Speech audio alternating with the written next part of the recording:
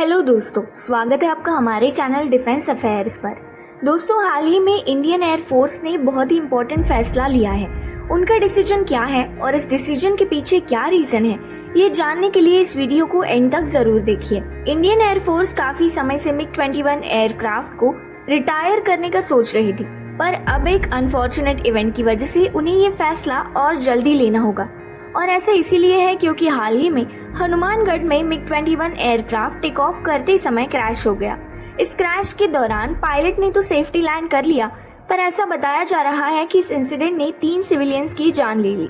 देखा जाए तो MiG-21 इंडियन एयर फोर्स में 1960 से डिप्लॉय किया गया है, जिसके बाद उसने कई ऑपरेशंस में हमारा साथ दिया। पर यह भी उतना ही सच है कि जब से इसे डिप्लॉय किया गया है तब से लेकर आज तक MiG-21 की वजह से 400 एक्सीडेंट्स हुए हैं। MiG-21 कई सालों से इंडियन एयर फोर्स के साथ है और अपनी कॉम्बैट कैपेबिलिटीज को बूस्ट करने के लिए इंडियन एयर फोर्स ने इसके 870 एयरक्राफ्ट्स को डिप्लॉय किया हुआ है। इंडियन एयर फोर्स का ये सबसे खतरनाक एयरक्राफ्ट माना गया है, पर इसमें सेफ्टी स्टैंडर्ड को बिल्कुल भी ध्यान में नहीं रखा गया और इसी की वजह से पिछले 6 दशकों में एयरक्राफ्ट की वजह से 400 एक्सीडेंट्स हुए हैं, जिनमें इंडिया ने अपनी कई टैलेंटेड और प्रेशियस पायलट्स को खो दिया। इंडियन एयर फोर्स के पास अभी MiG-21 की 3 स्क्वाड्रंस है, जिसकी एक स्क्वाड्रन में 50 एयरक्राफ्ट्स हैं। इंडियन एयर फोर्स ये प्लान कर रही है कि आने वाले 5 सालों में वो MiG-21 की सभी स्क्वाड्रंस को फेज आउट कर देंगे। सोवियत ओरिजिन एयरक्राफ्ट का फेज आउट इंडिया के मॉडर्नाइजेशन प्रोग्राम का ही एक पार्ट है और इस फेज आउट को लेकर ऑफिशियल्स का ये कहना है कि इसका और इससे रिलेटेड एक्सीडेंट्स का कोई रिलेशन नहीं है।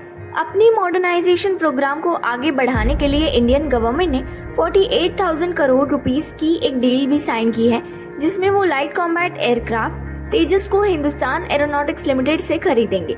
अगर हम MiG-21 से हुए एक्सीडेंट की बात करें तो 18 जुलाई 2022 हिमाचल प्रदेश के पतनगांव में क्रैश हो गया था, जिसमें इसमें बैठे पायलट की मौत हो गई।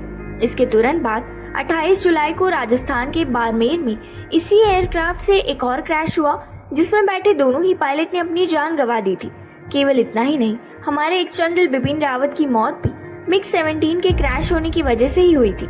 ये बहुत ही अनफॉर्चुनेट इवेंट है कि इंडिया ने अपने जाबाज पायलट को इसीलिए खो दिया क्योंकि उनके द्वारा ऑपरेट किए जा रहे एयरक्राफ्ट में सेफ्टी स्टैंडर्ड्स को मेंटेन नहीं किया गया।